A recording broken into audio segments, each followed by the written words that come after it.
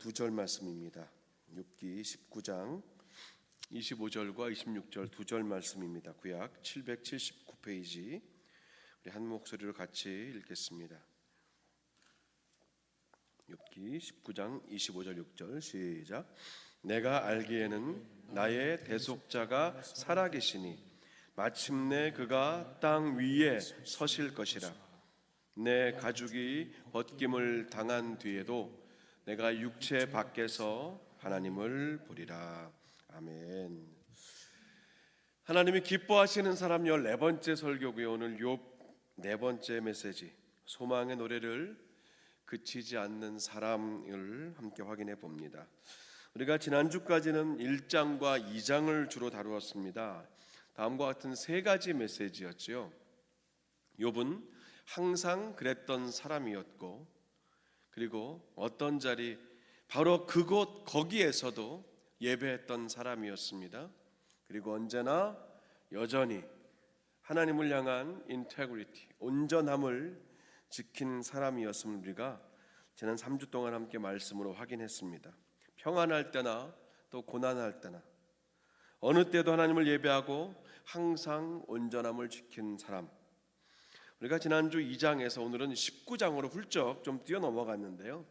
그 사이의 일들 우리가 좀 몇 가지 중요한 부분을 확인해 보면서 오늘까지 주시는 메시지로 쭉 이어가 봤으면 좋겠어요.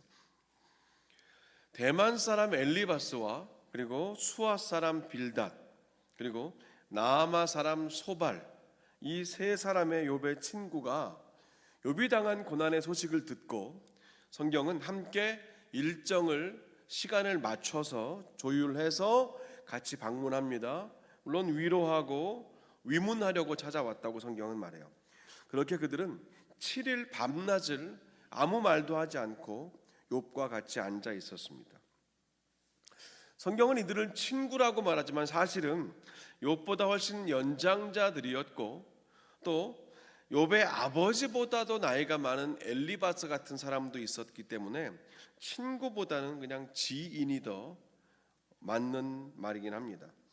이미 계속 말씀드렸던 것처럼 이 욥의 친구 3명은 처음부터 끝까지 인과응보적인 그 시각과 의견을 한 번도 양보하지 않습니다. 욥, 너 자신도 모르는 어떤 죄악이 분명히 있기 때문에 지금 이런 일을 당한 거지 다른 이유는 없다는 거예요. 이 사람들의 성향과 그들의 정체성을 욥이 16장 2절에서 딱 요 한마디로 표현을 합니다. 당신들은 재난을 주는 위로자들이다 라고 말해요. 너희들은 위로자긴 위로자인데 오히려 재난을 주는 위로자다라고 말하는 겁니다.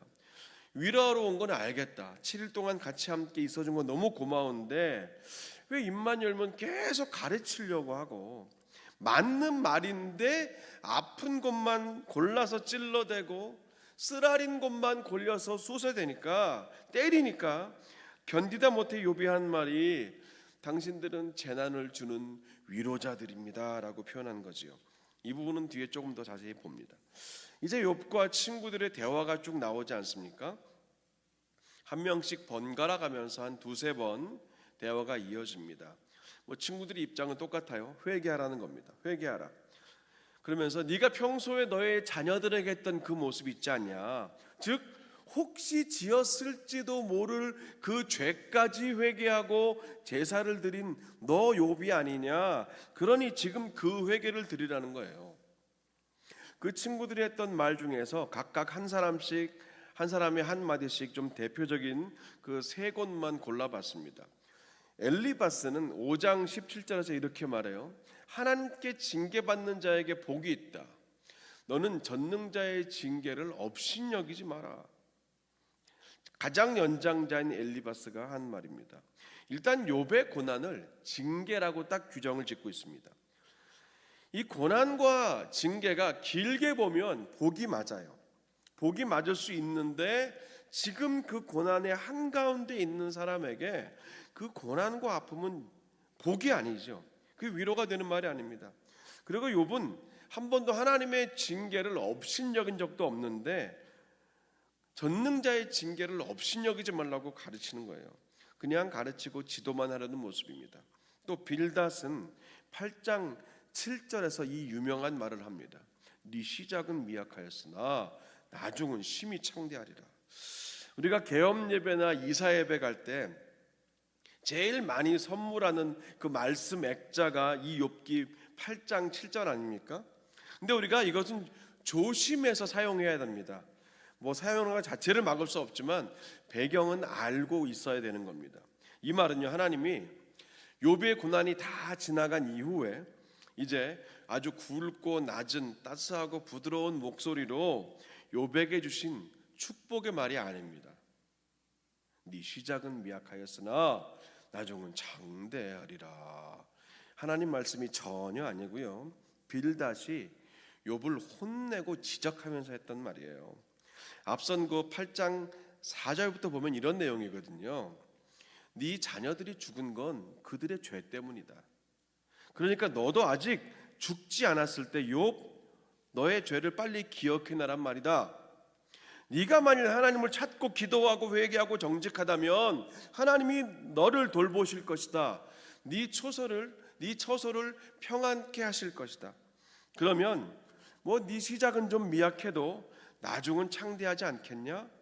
이 정도의 뉘앙스를 가지고 빌닷이 욥에게 한 말이에요. 하나님이 우리 모든 인생들에게 너희들의 시작은 미약하였으나 나중은 장대하리라, 전혀 이 말씀이 아니라는 겁니다. 이런 배경을 좀 알아볼 필요가 있습니다. 자, 그리고 소발이라는 세 번째 사람은 11장 6절 하반절에서 세 번역으로 이렇게 잘 번역이 되었더라고요. 너는 하나님이 지금 너에게 내리시는 벌이 네 죄보다는 가볍다는 걸 좀 알아야 된다. 너무 못된 말 아닙니까? 기껏 이 말을 하려고 찾아와서 함께 욥과 시간을 보내고 있다는 게 믿어지지가 않아요.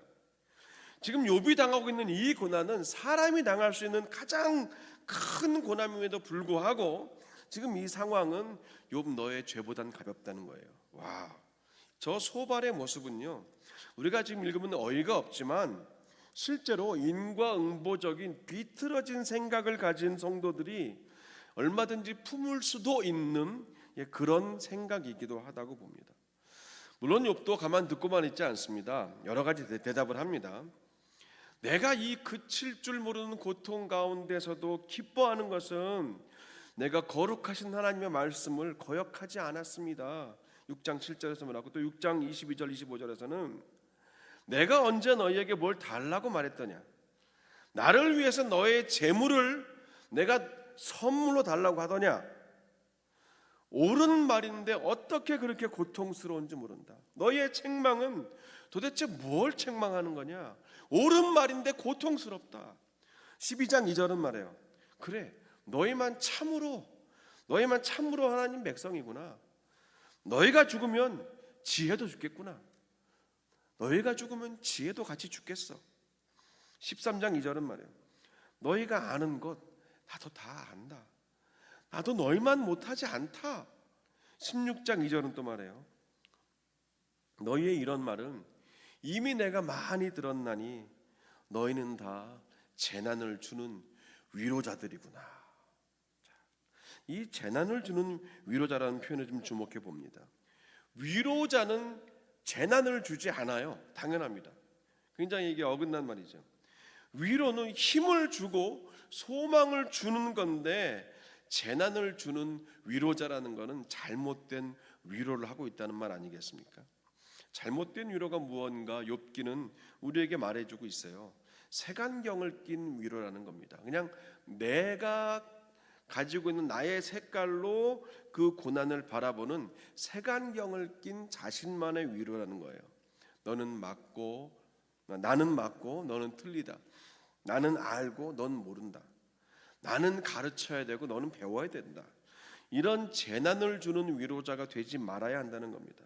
또 욥은 헛된 말에는 끝이 없다라고 하면서 나도 너희처럼 그렇게 말할 수 있다라고 합니다. 당연히 그동안 욥도 많은 사람들에게 위로와 권면의 말을 해왔기 때문일 거예요. 그러면서 이렇게 역지사지를 말해요. 가령 너희 마음이 내 마음의 자리에 있다고 해보자. 그러면 나도 그럴듯한 말로 너희를 치면서 너희를 향하여 머리를 흔들면서 한탄하는 그런 제스처를 취할 수 있었을 것이다. 입으로 강하게 힘을 주고 말로 위로해서 근심을 풀려고 했을 것이다. 근데 내가 말해도 근심은 안 풀렸을 것이고 내가 잠잠해도 아픔은 줄어들지 않았을 것이다. 다시 말하면 지금 당신들이 하는 그런 말과 위로는 너무 형식적이고 아무 능력과 힘이 없는 그냥 누구나 할 수 있는 그런 말이다라는 겁니다. 그러면서 욥은 이제 16장 7절 이하부터 핵심을 말하기 시작하거든요. 고난 중에 있는 자들을 우리가 어떻게 위로하느냐, 고난 중에 있는 자들은 어떻게 그들은 생각해야 되고 그들이 어디를 바라보아야 하는가를 욥기가 이제 말하고 있습니다. 고난의 해석은 주어를 잘 설정해야 한다고 먼저 말해요. 욥이 이렇게 말하거든요. 이 주어 설정에 대해서 주께서 나를 피로하게 하셨고 주께서 내 집안을 망하게 하셨다. 주께서 나를 시들게 하셨고 주께서 나를 악인에게 넘기셨다. 주께서 평안한 나를 꺾으셨고 내 목을 잡아 부러뜨리시며 나를 세워 관역을 삼으신 분은 주님이시다. 주께서 나를 쏘셨다. 주께서 나를 치시고 또 치셨다. 주께서 용사같이 내게 달려드셨다. 하지만 내 손에는 포악이 없고 나의 기도는 정결할 것이다. 주님께서 이 고난의 주체가 되시지만 내가 죄악이 있어서 그렇게 주님이 나를 치신 것이 아니다라고 욥기는 분명히 말하고 있어요. 비록 지금 이 고난 중에 있는 나는 내 모든 이 아픔과 상황을 다 미처 해석할 수 없지만 분명히 죄악으로 인한 고난이 아니라는 것은 너무 확실하니까 여전히 나의 기도는 하나님 앞에서 정결하고 정직하다라고 욥이 계속 말하고 있거든요. 그러면서 이제 16장 19절, 20절, 21절에서 이렇게 말합니다. 지금 나의 증인이 하늘에 계시고 나의 중보자가 높은 데 계시니라. 나의 친구는 나를 조롱하고 내 눈은 하나님을 향하여 눈물을 흘리니 사람과 하나님 사이에와 인자와 그 이웃 사이에 중재하시기를 원하노니. 참 중요한 말입니다. 하나님이 나의 증인이 되신다. 나를 변호하시고 나를 위해 기도하시는 중보자가 지금 저 하늘에 살아계신다. 이 확신이 욥기가 고난 중에 있는 모든 자들을 향해 던지는 위로의 말씀입니다. 살아계신 하나님이 우리의 증인이 되시고 살아계신 성령님이 우리의 파라클레토스 변호자가 되시고 살아계신 예수님이 우리의 중보자가 되신다는 것, 지금 나의 증인이 하늘에 계시고 나의 중보자가 높은 데에 계신다. 이것이 욥기가 오늘 먼저 우리에게 주는 위로와 소망, 고난 중에 있는 모든 이들을 향한 욥기의 메시지가 되는 것입니다. 욥은 이 고백을 하면서 20절에 가면 나의 친구는 나를 조롱하지만 내 눈은 조롱하는 저들을 보지 않는다. 엘리바스와 소발과 빌닷을 보지 않는다. 그저 난 하나님을 바라보면서 눈물을 흘린다라고 말합니다. 고난의 해석은 시선에 있다는 것을 정확히 드러내는 거죠. 여기가 바로 욥기가 주는 위로와 소망입니다. 주어의 설정과 시선의 고정. 우리가 이거 오늘 두 가지 꼭 기억하고 가셔야 돼요. 고난의 상황에서 주어를 잘 설정해야 되고 그리고 우리의 시선을 어디에 두느냐라는 것입니다. 아까 쭉 읽어드린 것처럼 욥은 주께서 나를 치셨다.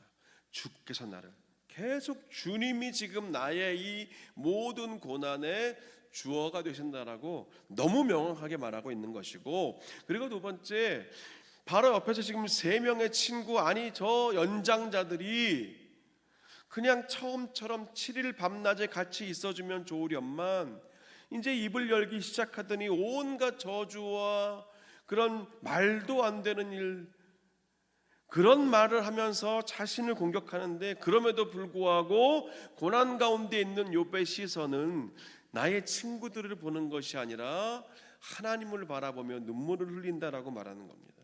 이 두 가지, 주어 설정, 시선 고정. 지금 누가 나의 이 고난의 시간들을 주관하고 계시는가? 그래서 나는 누구를 봐야 되는가? 어디를 봐야 하는가? 이 핵심 메시지가 아까 서두에 읽었던 19장 25절과 26절로 이어진 거예요. 내가 알기에는 나의 대속자가 살아계시니 마침내 그가 땅 위에 서실 것이라. 내 가죽이 벗김을 당한 뒤에도 내가 육체 밖에서 하나님을 보리라. 욥기의 요절 중에 중요한 하나의 구절입니다.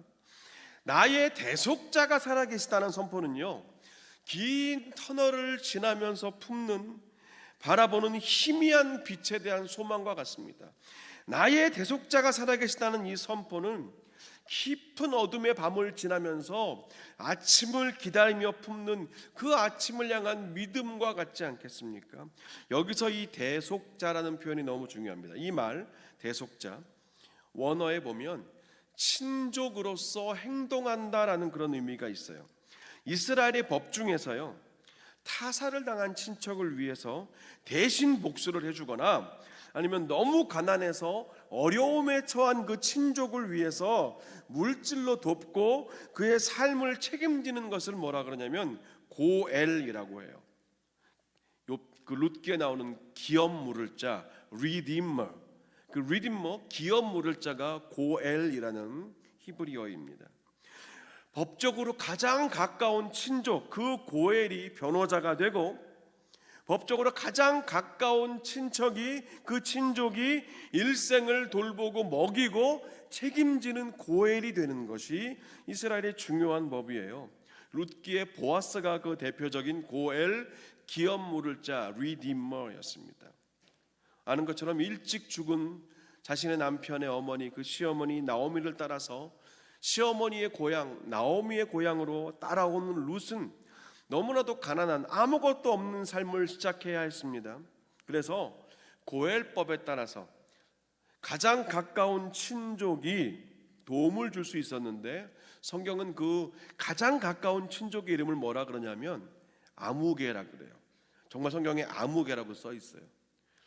왜냐? 그 사람은 당연히 해야 될 자신의 권리, 나의 가장 가까운 친족이 이렇게 어려움을 당하는데 그 아무개 씨는 그 기업 물을 자 리디머 고엘의 권리를 전혀 행사하지 않고 너무 아무렇지도 않게 포기해 버렸거든요.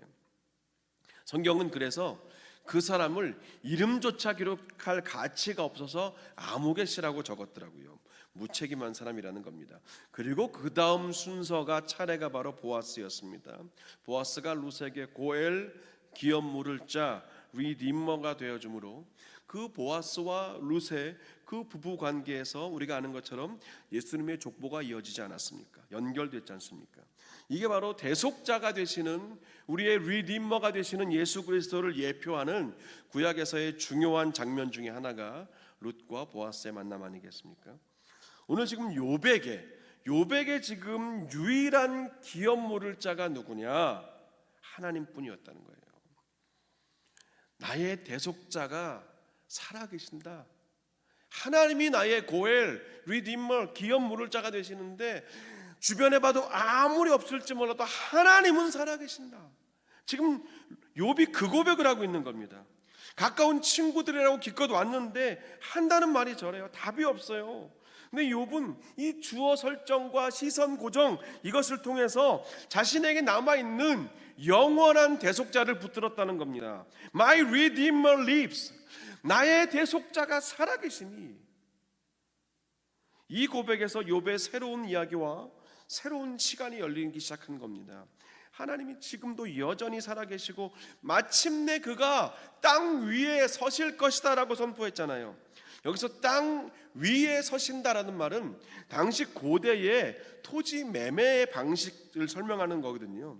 당시에는요, 땅을 사고 파는 계약을 할 때 땅 주인과 또 땅을 사는 사람이 함께 서로 그 땅에서 맨발을 벗고 그 땅을 밟아서 그 땅 위에 맨발로 서야 했습니다. 그게 고대의 근동의 법이었는데, 그것처럼 하나님이 지금 내 삶의 모든 고난과 가난을 다 대속해 주시고 구속해 주시는 고엘이 되셔서 나의 땅 위에, 내가 설 땅에 하나님이 함께 맨발 벗고 서 주실 것이다.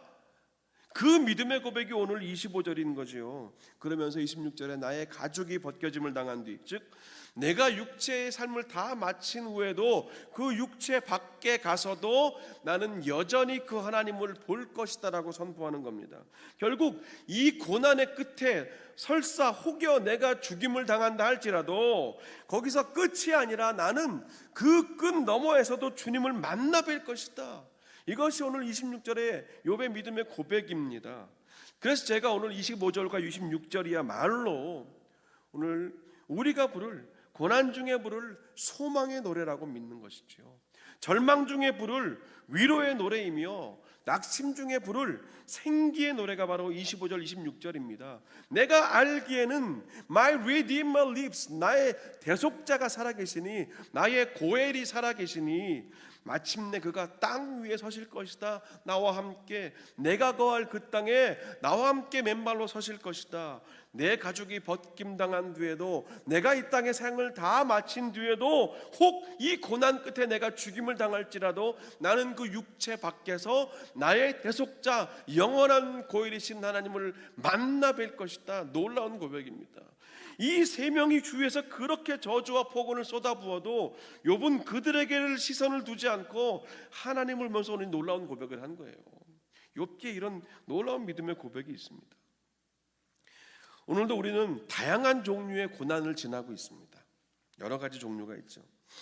오늘 욥기가 저와 여러분에게 주는 위로는요, 욥이 당한 그 고난 안에 어떻게 보면 우리가 지금 이 땅에서 겪는 모든 고난이 다 들어있다고 봐도 과언이 아니지 않습니까? 그리고 욥기가 주는 소망은 욥의 고난을 통해서 우리가 예수 그리스도의 고난을 읽어낼 수 있는 것, 욥의 고난 가운데 우리가 예수님의 십자가를 바라볼 수 있는 것이 욥기가 우리에게 주는 복음의 메시지인 것이죠. 그 예수님의 십자가 앞에서 오늘도 우리 자신을 비추어 보고 오늘도 우리를 내어드리게 하기 때문에 욥기가 우리에게 여전히 읽히고 여전히 은혜가 되는 말씀이 되는 겁니다. 오늘도 우리를 하나님은 보고 계십니다. 우리의 유일하고 영원한 고엘이 되셔서 그 대속의 은총을 베푸시는 하나님 앞에 우리가 나왔고, 그리고 계속해서 우리 일생 사는 동안 하나님 앞에 나아가게 될 것입니다. 가까운 이들도, 사랑했던 이들도, 나와 친하다고 생각했던 이들도 우리의 고난의 자리에서 뭔가 자꾸 해석을 하려고 하고 그냥 자신의 입장에서 자꾸만 답을 주려고 하고 자칫 재난을 주는 위로자의 자리로 그렇게 멀찍이 떨어져 나아가 있을 때 여전히 우리의 영원한 기업 물을 자, 영원한 기업, 영원한 고엘이 되시는 주님은 살아계시고 끝까지 함께 하십니다. 내 부모는 나를 버렸으나 여호와는 나를 영접하시리이다. 시편 27편 10절의 말씀처럼 여러분 믿기는, 또 바라기는 하나님이 우리의 증인이 되시고 성령님이 우리의 변호자가 되시고 예수님이 우리의 중보자가 되셔서 오늘도 우리와 함께 하고 계심을 믿으시기를 간절히 축원합니다.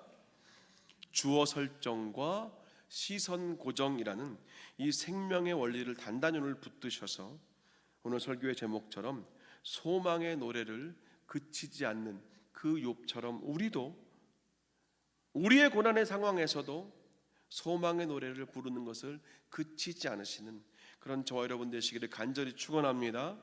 하나님을 바라보십시오. 그리고 나의 영원한 고일이 되셔서 나의 대속자는 여전히 지금도 살아계시고 나의 부모도 나를 버렸지만 여호와는 나를 영접하시는 영원한 고엘이 되심을 기억하시고 내 이 땅의 삶이 다한 이후에도 주와 함께 그 영원한 나라에 맨발로 서서 함께 그 땅을 받으며 기업으로 받으며 주와 함께 영원히 사는 오늘 욥이 극심한 고통 가운데 몸의 고통도 힘들고 가족의 고통도 힘들어 죽겠는데 친구들이라고 지인이라고 와서 한다는 이런 말들을 듣고 있어야 하는 이런 상황 가운데에서도 그가 주어 설정과 시선 고정을 통해서 오늘 고백한 이 말씀 19장 25절과 26절 이 말씀을 여러분 단단히 붙드시고 오늘도 우리의 삶의 자리로 이 믿음의 고백을 붙들고 나아가시는 그런 저와 여러분, 우리 가정과 교회가 되시기를 주님의 이름으로 축원합니다. 함께 우리 이 믿음의 고백을 가지고요 찬양과 기도의 자리를 좀 더 나아가고 싶은데, 결국 우리를 깨끗게 하시는 분, 우리의 소망이 되시는 분이 누구십니까? 예수 그리스도밖에 안 계시죠.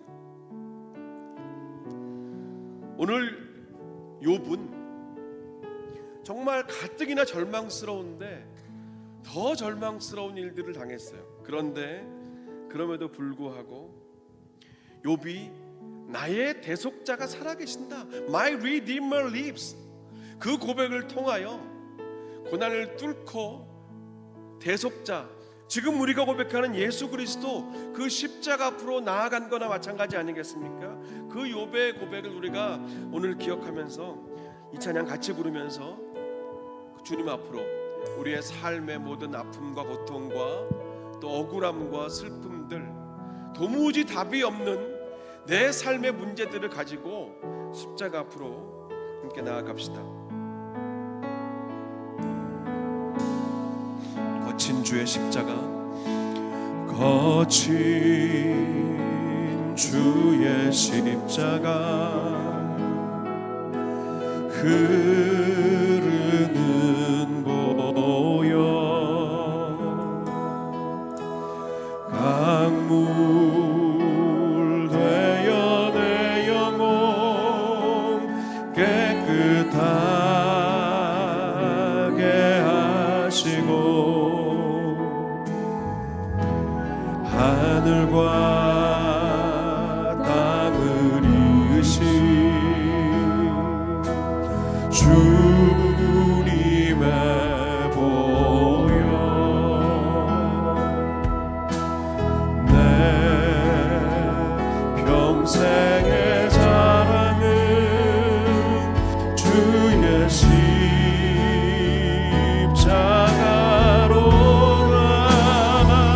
주의 보혈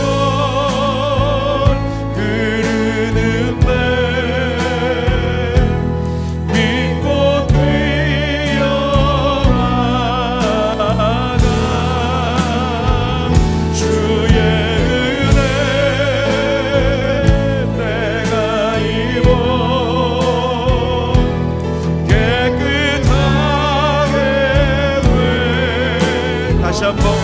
거친 주의 십자가, 거친 주의 십자가,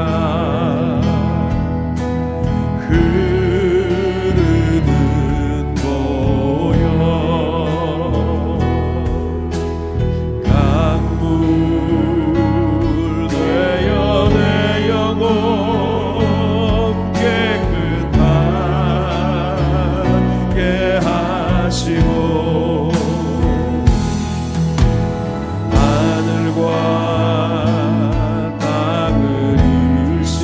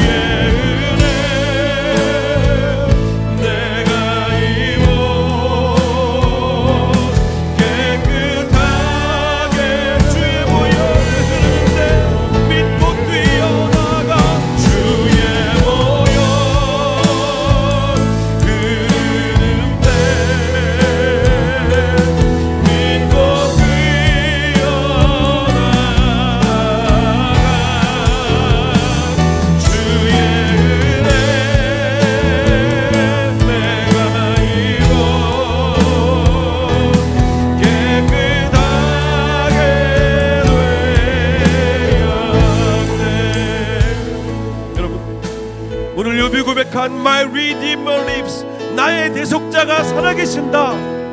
이 고백이 모든 고난을 뚫고 믿음으로 나아갈 수 있었듯이 오늘도 우리는 고백해야 합니다.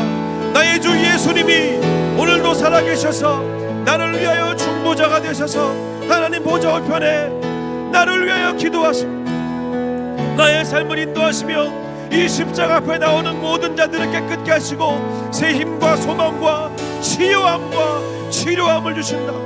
우리가 이 믿음으로 같이 이 시간 기도하실 때에 여러분이 어떤 고난 가운데 계십니까? 어떤 어려움과 아픔 가운데 계십니까? 또 아니면 여러분 가까운 이들, 사랑하는 이들 가운데 육신의 고통과 그 마음의 고통과 그 영혼의 상처로 인하여 아파하는 분 계십니까? 이 시간 예수님의 보혈, 그 십자가 능력이 필요한 이들을 위해 기도합시다. 여러분 자신을 위해 기도하고 여러분 사랑하는 이들을 위해 기도합시다.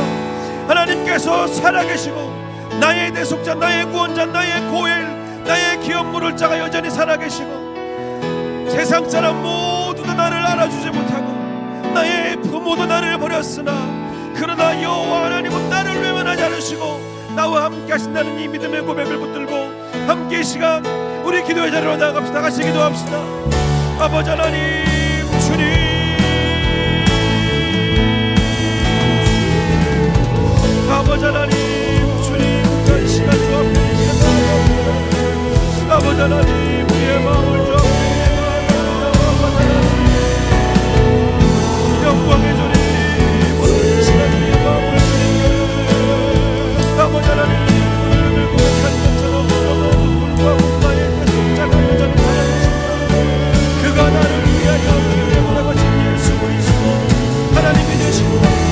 아버지 하나님, 오늘 이 밤에 주의 전에 나와 예배하며 또 아버지가 가정과 처소에서 이가는 것들을 주의 손에 맡겨버립니다. 아버지 하나님의 우리의 삶의 모든 고난과 어려움, 아버지 욕과 같은 그런 아버지 때로는 도무지 이해가 되지 않고 해석이 되지 않고 하나님 해결될 기미가 보이지 않는 그런 삶의 어두운 터널과 깊은 밤 가운데 있는 이들을 주의 손으로 붙들어 주시옵소서.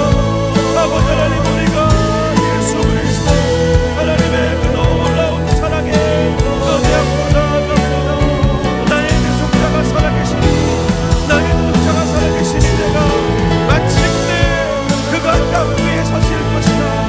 내가 육체 밖에서도 내 하나님을 보리라 고백한 이 요배 믿음의 고백을 우리가 붙들고 이 시간 나아가오니 하나님이여 우리 육신의 약함을 주여 만져주시옵소서.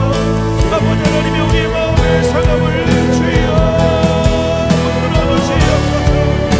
아버지 하나님, 우리 영혼의 발이하게 쏴야가는 데 있습니다. 아버지 하나님이여 그들을 주여 붙드시고 하나님의 영의 손으로 아버지 하나님 인도하여 주시옵소서. 주여 오늘 불쌍히 여겨주시옵소서. 예수님의 십자가 능력으로 오늘 우리를 새롭게 하여 주시옵소서.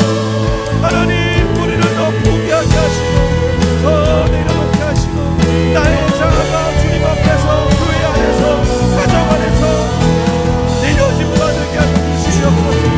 아버지 하나님, 나의 삶의 장 가운데 우리가 이 살아계신 예수 그리스도의 복음을 전하는 아버지의 모든 구속을 되게 하여 주시옵소서. 아버지 하나님 감사